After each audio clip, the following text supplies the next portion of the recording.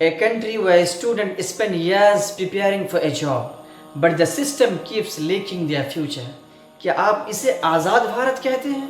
आज़ादी का मतलब होता है बराबरी का हक, equal opportunity, same facilities, same justice. मगर हमारे देश के हालात तो कुछ और बताते हैं। ऐसा लगता है कि गरीब और अमीर के लिए अलग अलग भारत बसता है। 15 अगस्त फिर से आ रहा है, लाल किला फिर से सजा दिया जाएगा और फिर साहब जाकर घंटे भर भाषण देंगे। लेकिन क्या वो बताएंगे कि इस आज़ादी का फ़ायदा आखिर किसे मिला है? क्यों आज़ाद भारत में भी अब भी गरीब कैद है, बेरोज़गारी, भ्रष्टाचार और लाचार स्वास्थ्य व्यवस्था के बीच? क्या ये आज़ादी सिर्फ भाषणों तक सीमित रह गई है? आपका हर साल का भाषण तो आज़ादी की बात करता है, मगर देश में ज़मीनी हालात कुछ और बताती है।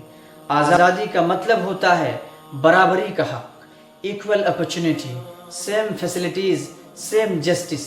मगर हमारे देश के हालात तो कुछ और बताते हैं।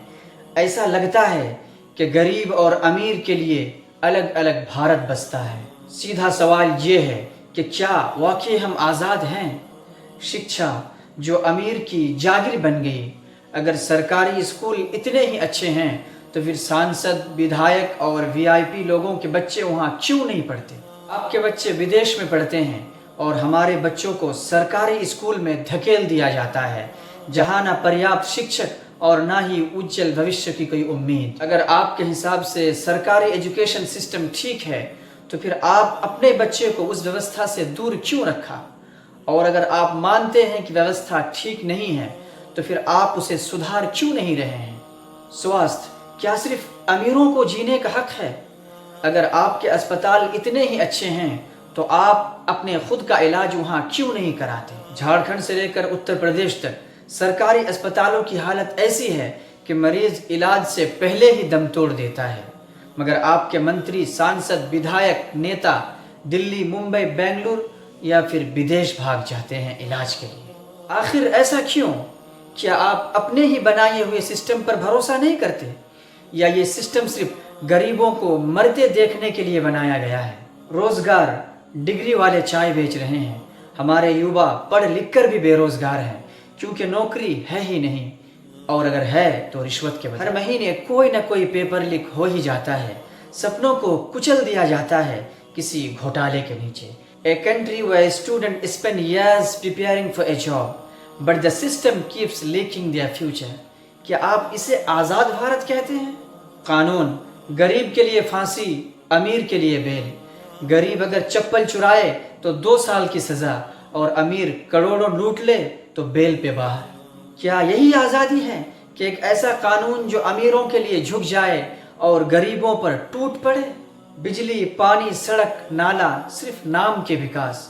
आप हर बार कहते हैं विकास हो रहा है, तो आप मुझे बताइए कि मेरे गांव में 24 घंटा बिजली क्यों नहीं होता? मेरे गांव में आज नाला क्यों नहीं बना? पक्की और चमचमाती सड़कें शहरों में सिर्फ क्यों बनती हैं? बिजली सिर्फ शहरी इलाकों में क्यों रहता है? क्या मुझ जैसे गांव के लोग इस देश के नागरिक नहीं हैं? आप कहते हैं भारत बदल रहा है, मगर हम पूछते हैं किसके लिए बदल रहा है? अगर आप कहते हैं सब कुछ ठीक है तो आप खुद उस व्यवस्था का हिस्सा क्यों नहीं बनते? सरकारी स्कूल में अपने बच्चे को पढ़ाइए, सरकारी अस्पताल में इलाज कराइए, रोज रात में सरकारी बिजली में रात बिताइए, तभी तो हमें यकीन होगा कि ये सिस्टम सबके लिए बराबर है। इस साल भी 15 अगस्त आएगा, हम तिरंगा फहराएंगे, मिठाई बांटेंगे, भाषण देंगे, मगर क्या हम इस बार अपने नेताओं से नहीं पूछ सकते, साहब आज़ादी सबके लिए है तो बताइए आपका बच्चा उसी स्कूल में क्यों नहीं पढ़ता जिसमें मेरा बच्चा पढ़ता है? आपका इलाज भी उसी अस्पताल में क्यों नहीं होता जिसमें हमारा होता है? आपके लिए भी वही सड़कें, वही बिजली, वही सरकारी सिस्टम क्यों नहीं है जो हमारे लिए है? ये तिरंगा सबका है तो सुविधा भी सबकी होनी चाहिए, वरना ये आज़ादी सिर्फ झंडे में रह जाएगी, जिंदगी में नहीं।